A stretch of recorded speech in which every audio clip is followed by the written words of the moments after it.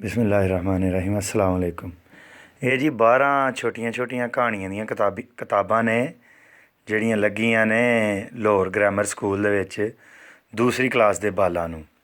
ਇਹ ਉਹ ਕਿਤਾਬਾਂ ਨੇ ਜਿਹੜੀਆਂ ਸਿਲੇਬਸ ਦੀਆਂ ਕਿਤਾਬਾਂ ਨਹੀਂ ਹੈ, ਗੈਰ ਨਿਸਾਬੀ ਕਿਤਾਬਾਂ ਨੇ। ਉਹਨਾਂ ਦਾ ਕਹਿਣ ਦਾ ਉਹਨਾਂ ਗੁਲਾਮਾਂ ਅੰਗਰੇਜ਼ ਦੇ ਗੁਲਾਮਾਂ ਦਾ ਕਹਿਣਾ ਹੈ ਜੇ ਦਾ ਬ੍ਰੋਕਨ ਰੂਫ ਜਿਹੜਾ ਹੈ ਇਹਨੂੰ ਅੰਗਰੇਜ਼ੀ 'ਚ ਨਾ ਪੜ੍ਹਿਆ ਤਾਂ ਅਸੀਂ ਚੰਦ 'ਤੇ ਨਹੀਂ ਜਾ ਸਕਦੇ। ਯਾਨੀ ਕਿ ਪਾਕਿਸਤਾਨ ਨੇ ਜੇ ਸਪੇਸ ਟੈਕਨੋਲੋਜੀ 'ਚ ਤਰੱਕੀ ਕਰਨੀ ਹੈ ਤਾਂ ਉਹਦੇ ਵਾਸਤੇ ਸਾਨੂੰ ਰਾਬਨ ਹੁੱਡ ਪੜ੍ਹਨਾ ਪੈਣਾ ਹੈ, ਦੀ ਆਊਟਿੰਗ ਪੜ੍ਹਨੀ ਪੈਣੀ ਹੈ, ਦਾ ਵਿਲੋ ਜੋ ਵੀ ਹੈ ਲਿਖੇ ਹੈ, submarine adventure, land of dinosaurs, the treasure chase, the keeper the giant, lost in the jungle, in the garden, the last ਕੀ, ਯਾਨੀ ਰੈੱਡ ਪਲੈਨਟ। ਅਤੇ ਇਹ ਤਾਂ ਨੇ ਦੂਸਰੀ ਕਲਾਸ ਦੀਆਂ। ਅਤੇ ਉਹ ਜਿਹੜੀਆਂ ਉੱਤੇ ਦੋ ਪਈਆਂ ਨੇ ਪੌਣੇ 200 ਸਫ਼ੇ ਦੀਆਂ ਰੋਲਡ ਡਾਲਫ, ਯਾਨੀ ਕਿ ਸਾਨੂੰ ਕਹਿਣਾ ਵੀ ਨਹੀਂ ਹੁੰਦਾ ਉਹਦਾ ਕੀ ਨਾਂ ਹੈ, ਅਤੇ ਇੱਕ ਡੇਵਿਡ ਆਲਮੰਡ ਦੀ ਹੈ। ਦੋ ਕਿਤਾਬਾਂ ਨੇ ਪੌਣੇ 200 ਸਫ਼ੇ ਦੀਆਂ, ਇਹ ਵੀ ਗੈਰ ਨਿਸਾਬੀ ਕਿਤਾਬਾਂ ਨੇ। ਇਹ 5ਵੀਂ ਕਲਾਸ ਦੇ ਬੱਚੇ ਨੂੰ ਲੱਗੀਆਂ ਨੇ। ਅਤੇ ਦੋਵਾਂ ਬੱਚਿਆਂ ਦਾ ਕੋਈ ਇੰਟਰਸਟ ਨਹੀਂ ਹੈ ਇਹਨਾਂ ਕਿਤਾਬਾਂ ਨੂੰ ਪੜ੍ਹਨ ਵਾਸਤੇ, ਅਤੇ ਨਾ ਉਹਨਾਂ ਦੇ ਮਾਂ ਨੂੰ ਇਹ ਕਿਤਾਬਾਂ ਪੜ੍ਹਨੀਆਂ ਆਉਂਦੀਆਂ ਨੇ, ਨਾ ਪਿਓ ਨੂੰ। ਲਿਹਾਜ਼ਾ 20,000 ਦੀਆਂ ਤਾਂ ਇਹ ਕਿਤਾਬਾਂ ਆਈਆਂ ਨੇ ਅੰਗਰੇਜ਼ੀ ਦੀਆਂ। ਫਿਰ ਇਹ ਕਿਤਾਬਾਂ ਨੂੰ ਪੜ੍ਹਨ ਵਾਸਤੇ ਵੀ ਤੁਹਾਨੂੰ ਇੱਕ ਟਿਊਸ਼ਨ ਚਾਹੀਦੀ ਹੈ ਜਿਹੜੀ 15-20,000 ਦੀ ਹੈ। ਯਾਨੀ ਕਿ 40-50 ਹਜ਼ਾਰ। ਦੋ ਬੱਚੇ ਨੇ ਅਤੇ ਉਹਨਾਂ ਦੀ ਮਹੀਨੇ ਦਾ ਜੇ ਉਹਨਾਂ ਨੂੰ ਅੰਗਰੇਜ਼ੀ ਪੜ੍ਹਾਉਣੀ, ਅੰਗਰੇਜ਼ ਦਾ ਇੱਕ ਮੁਤਮਿਨ ਗੁਲਾਮ ਬਣਾਉਣਾ ਹੈ, ਅਤੇ ਉਹਦੇ ਵਾਸਤੇ ਇਹ ਕਿਤਾਬਾਂ ਜ਼ੇਹਨ 'ਤੇ ਉਹਨਾਂ ਦੇ ਬੋਝ ਪਾਉਣਾ। ਇਹ ਕਹਾਣੀ ਦੀਆਂ ਕਿਤਾਬਾਂ ਨੇ, ਇਹ ਪੰਜਾਬੀ 'ਚ ਹੁੰਦੀਆਂ। ਉਹਨਾਂ ਆਸਾਨੀ ਨਾਲ ਰਾਤੀ ਮਾਂ ਨੇ ਵੀ ਸੌਣ ਲੱਗਿਆ ਉਹਨਾਂ ਨੂੰ ਪੜ੍ਹਾ ਛੱਡਣੀਆਂ ਹਨ। ਇਹ 12 ਕਿਤਾਬਾਂ ਪੰਜਾਬੀ 'ਚ ਤਰਜਮਾ ਕਰ ਲਓ ਜੇ ਤੁਸੀਂ ਗੋਰੇ ਦੀਆਂ ਕਹਾਣੀਆਂ ਪੜ੍ਹਾਉਣੀਆਂ ਨੇ। ਹਾਲਾਂਕਿ ਇਹ ਰੋਬਨ ਹੁੱਡ ਦੀ ਜਗ੍ਹਾ ਜਿਹੜਾ ਸਾਡਾ ਉਹ ਰੋਬਨ ਹੁੱਡ ਹੋਵੇ ਜਿਹੜਾ ਉਹ ਮੇਰਾ ਖਿਆਲ ਅਮੀਰਾਂ ਨੂੰ ਲੁੱਟ ਕੇ ਗਰੀਬਾਂ 'ਚ ਵੰਡਦਾ ਸੀ, ਅਤੇ ਪੰਜਾਬ ਦੇ ਵਿੱਚ ਜੱਗਾ ਜੱਟ ਇੰਝ ਦਾ ਕਰੈਕਟਰ ਹੈ, ਇੰਝ ਦਾ ਕਿਰਦਾਰ ਹੈ। ਜਿੰਝ ਉਹਨਾਂ ਦਾ ਰੋਮੀਓ ਜੂਲੀਅਟ ਹੈ, ਸਾਡਾ ਹੀਰ ਰਾਂਝਾ ਹੈ, ਸਾਡਾ ਸੱਸੀ ਪੁੰਨੂ ਸੋਹਣੀ ਮਹੀਵਾਲ। ਯਾਨੀ ਕਿ ਹਰ ਮਾਸ਼ਰੇ ਦੇ ਵਿੱਚ ਇੰਝ ਦੀਆਂ ਕਹਾਣੀਆਂ ਹੁੰਦੀਆਂ ਨੇ ਜਿਹੜੀਆਂ ਹਰ ਮਾਸ਼ਰੇ ਨੇ ਸਦੀਆਂ ਤੋਂ ਕਹਾਣੀਆਂ ਬਣਾਈਆਂ ਸਨ ਆਪਣੇ ਬੱਚਿਆਂ ਨੂੰ ਸੁਣਾਉਣ ਵਾਸਤੇ।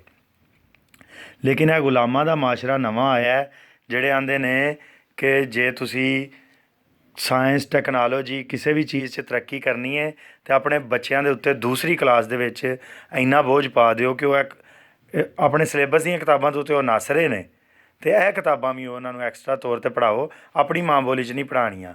ਫਿਰ ਜਿਹੜੇ ਮਾਂ ਪਿਓ ਨੇ ਉਹਨਾਂ ਨੂੰ ਜਿੰਨਾ ਮਰਜ਼ੀ ਸਮਝਾਓ, ਉਹ ਉਹਨਾਂ ਨੂੰ ਇੱਕ ਹੀ ਧੁਨ ਲੱਗੀ ਹੈ ਕਿ ਆਪਣੇ ਬੱਚਿਆਂ ਨੂੰ 50,000 ਲੱਖ ਰੁਪਈਆ ਮਹੀਨੇ ਦਾ ਖਰਚਾ ਕਰਕੇ ਕਿਸੇ ਤਰ੍ਹਾਂ ਐਚੀਸਨ, ਹਾਵਰਡ, ਬਲਾਵਲ, ਬਲੂਵਲ ਇਹਨਾਂ ਦੇ ਮੁਕਾਬਲੇ 'ਚ ਲੈ ਜਾਈਏ ਜਾਂ ਗੋਰਿਆਂ ਦੇ ਮੁਕਾਬਲੇ 'ਚ ਲੈ ਜਾਈਏ। ਹਾਲਾਂਕਿ ਜਾਣਾ ਇਹਨਾਂ ਨੇ ਕਿਸੇ ਤਰੀਕੇ ਨਾਲ ਵੀ ਨਹੀਂ।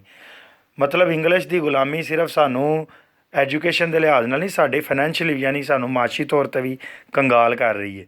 ਜਿਹੜੇ ਘਰਾਣੇ ਹੁਣ ਸਾਡਾ ਇੱਕ ਕੋਈ ਅਲੀਟ ਕਲਾਸ ਘਰਾਣਾ ਤਾਂ ਹੈ ਨਹੀਂ, ਇੱਕ ਛੋਟਾ ਜਿਹਾ ਪੰਜਾਬੀ ਜ਼ਿਮੀਂਦਾਰ ਘਰਾਣਾ ਹੈ, ਅਤੇ ਉਹਦੇ ਵਿੱਚ ਬੱਚਿਆਂ ਨੂੰ ਜੇ ਤੁਸੀਂ ਅੱਗੇ ਲੈ ਕੇ ਜਾਣਾ ਤਾਂ ਇਹ ਗੁਲਾਮੀ ਉਹਨਾਂ ਨੂੰ ਸਹਾਣੀ ਹੈ। ਅਤੇ ਇੰਝ ਸਾਡੇ ਨਾਲ ਜ਼ੁਲਮ ਕਰ ਰਹੇ ਨੇ। ਇਹ ਜਿੱਦਣ ਦੀਆਂ ਕਿਤਾਬਾਂ ਆਈਆਂ ਨੇ ਇੰਝ ਹੀ ਪਈਆਂ ਨੇ, 20,000 ਦੀਆਂ ਕਿਤਾਬਾਂ ਨੇ।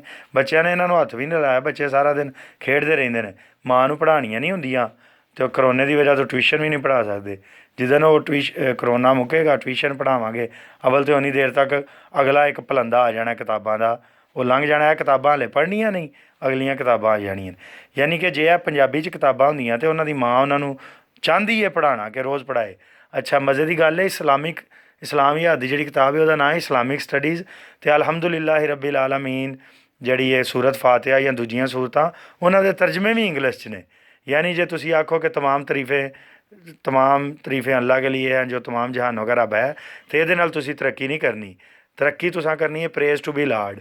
वो जो भी है लार्ड है या जो भी है, वो जिहड़ी बच्चों की माँ है मेरी वड्डी भैन, वो कह रही सी कि पहला लफज है प्रेज उन्होंने नहीं सी पढ़ना हुंदा, तो बच्चा आंदा माँ जी तुहानूं तुसी नलैक ही हो। यानी वो घरदारी दे विच बहुत अच्छी है, हर शै उन्होंने पता है, पर बच्चों नूं पता कि साडी माँ नूं अंग्रेज़ी नहीं हुंदी, लिहाजा साडी माँ नलैक है। यानी इंज दी ज़्यादती कर रहे हैं। हसन साहब दी किताबां ने आए ने, ना इन्होंने पढ़िया ने तो ना इन्हें पढ़निया ने। तो यह भाजी साडे नाल हो रहा है अंग्रेज़ की गुलामी की वजह तो। बाकी वो जिन्ने गुलाम ने वो गुलामी दे हक च दलीलां देंदे ने। वो लम्स का एक प्रोफैसर है, डीन रहा, उन्हें बड़ी सोहनी गल की। उन्हें कहा आंदे ने इंग्लिश तरक्की वास्ते जरूरी है। 70 साल हो गए ने इंग्लिश सीख रहा, ना इंग्लिश आ रही है ना तरक्की आ रही है, तो गुलामी भी नहीं ख़त्म हो रही। ਵੀਡੀਓ ਲੰਬੀ ਹੋ ਜਾਣੀ ਹੈ, ਫਿਰ ਦਬਾ ਲਓ। ਠੀਕ ਹੈ, ਅਸਲਾਮ ਵਾਲੇਕੁਮ।